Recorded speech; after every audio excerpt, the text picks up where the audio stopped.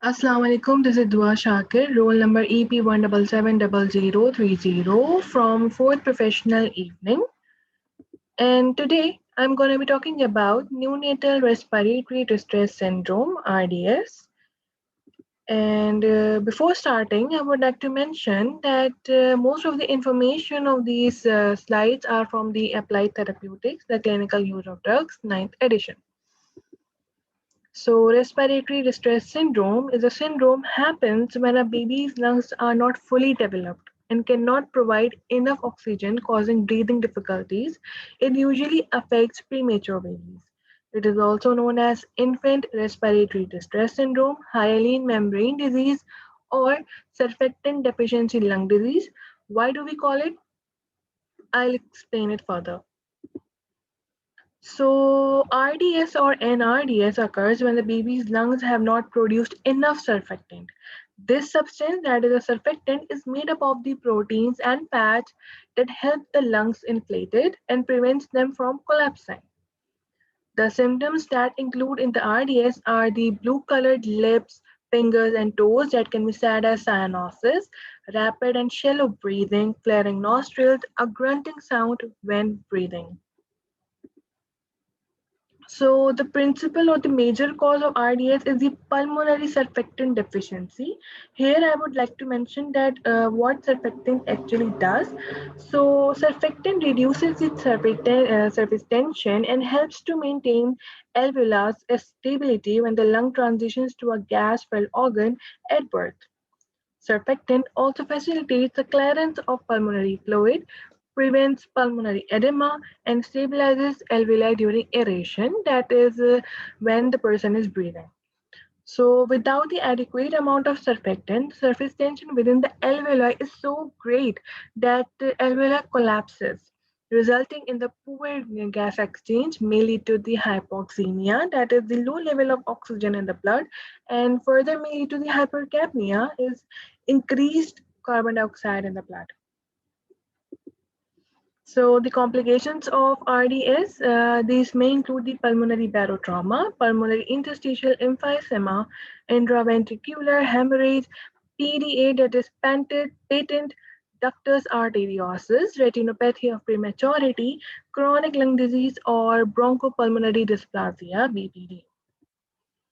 So this is a case study that I took from the book, and let's start. What does it say? So it says that LD, or as our subject, is an 800-gram male, was precipitously born at 27 weeks. The gestational age was 38-year-old gravida, 6 para 5 female. 1 hour after the birth, our subject seems cyanotic and has a retracting respirations with grunting and nasal flaring, which clearly shows that our subject may have the potency for the RDS. So in the lab, they're asking that what are the risk factors that the subject has to RDS, what signs and lab data are consistent with the RDS. Let's talk about the risk factors. Risk factors for the RDS are prematurity. Other risk factors may include the maternal diabetes, cesarean, multiple births, that is second-born twins, perinatal asphyxia, which is a condition resulting from the deprivation of oxygen to a newborn. And of course, maternal-fetal hemorrhage. Lab data that is consistent with the RDS includes the tachypnea, that is the increased breathing rate or abnormal rapid breathing, cyanosis, which I have told you before, that is the bluish discoloration of the skin, retracting respirations, grunting, hypoxemia, hypercapnia, respiratory metabolic acidosis. So the first signs of the RDS is, of course, the tachypnea. It is to compensate for the inadequate ventilation. The subject's retracting respirations, that is the super usage of the intercostal, subcostal, suprasternal, or sternal accessory muscles, reflect the increased work of the breathing. And the nasal flaring decreases the resistance during inspiration and increases the oxygenation. And of course, grunting is a result of the forceful exhalation against a partially closed glottis. Grunting can also increase intrathoracic pressure during expiration in an attempt to stabilize the alveoli and prevent the atelectasis, which I have before mentioned, I guess, and it is the complete or the partial collapse of the entire lung. Let's talk from the prevention from now on. So RDS may be prevented if the pregnancy can be prolonged, because it is usually related to the prematurity, because in prematurity the lungs of the child would not be developed fully. So the main prevention could be if the pregnancy can be prolonged, so so the prematurity or premature delivery may not occur. So for that, premature labor can be suppressed pharmacologically with the drugs that inhibit the uterine contractions, that are the tocolytic agents, such as the beta adrenergic agonist. Here are the examples of the ritodrine and terbutaline. Further, maternal administration of glucocorticoids can accelerate fetal lung maturation and decrease the incidence and severity of RDS.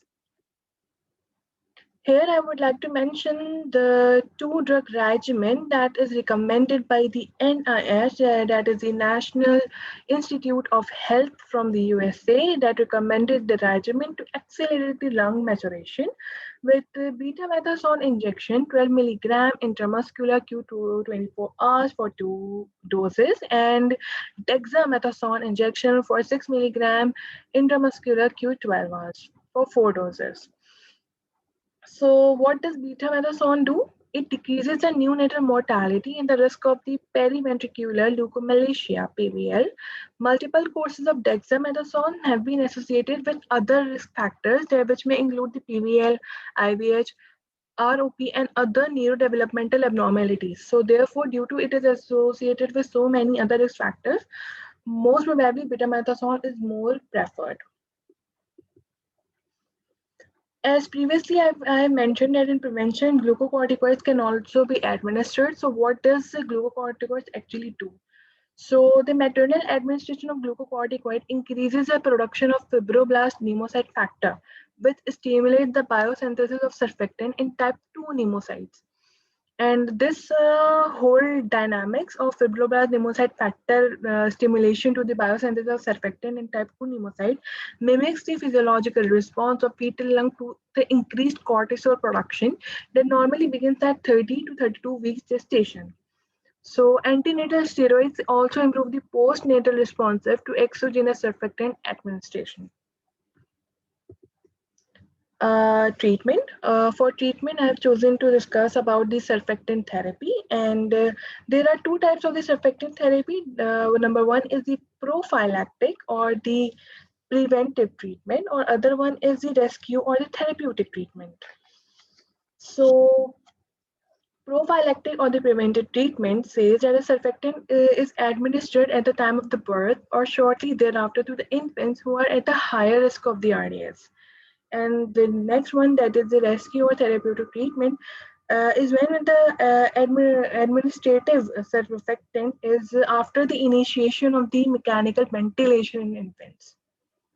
So in surfactant therapy, the surfactant contains 80% phospholipids, 8% neutral lipids, and 12% of the proteins. The major surface active component is dipalmitoyl phosphatidylcholine, that is DPPC, also known as corphocerol or lecithin. Other phospholipids may include the phosphatidylcholine and phosphatidylglycerol, and four surfactant apoproteins include the SPA, SPB, SPC, and SPD that enhances this spreadability and surface adsorption. Surfactant apoprotein, as I mentioned just now, that SPA and SPD both play important role in immune regulation and providing host defense. Although SPA may also help to regulate alveolar surfactant reuptake and the metabolism. SPB and SPC are the two very most important apoproteins responsible for promoting the adsorption and surface spreading of the surfactant in the alveoli to form a phospholipid monolayer. So let's talk about the natural surfactants that are commercially available for clinical usage in the United States. It's the Surventa, or maybe called as Biractant, Infasurf, or called as Calfactant, or Curosurf, or maybe called as Poractant Alpha. So Biractin, as in the description for the dosing, is about the 4 ml per kg in 4 aliquots. Calfectin is about 3 ml per kg in 2 aliquots, and Poractin alpha is about the 2.5 ml per kg in 2 aliquots. Keep this thing in mind. This is the dosing guidelines in the NICU. So last but not the least, this would be my last slide about the surfactant adverse effects. And about this, the most common adverse effect of the surfactant therapy is related to its administration. Of course, it is very common and very obvious that that is the most common adverse effect is about the administration. So surfactant is administered directly into the lungs via the endotracheal tube, that is ETT. During the administration, due to the bradycardia, oxygen desaturation may develop, and this may require a temporary discontinuation of surfactant administration and increase the ventilator support. Further, surfactant may also increase the pulmonary blood flow through the ductus arteriosus, increase pulmonary microvascular pressure, and cause hemorrhagic pulmonary edema. Neonates who are given surfactant can be at the greater risk of for the apnea that requires the methylxanthine treatment. So these are the references from where I collected my further or extra detailed information, and of course from the book. And thank you so much. I really wish and I really hope that I made sense here and I was very expressive towards it. And thank you so much for giving me this platform to express myself more clearly. And I really enjoyed this whole process of making and doing the voiceover. It was much more informative for me, and I learned a lot of things. So thank you so much for giving me this opportunity. And Jazakallah. Allah Hafiz.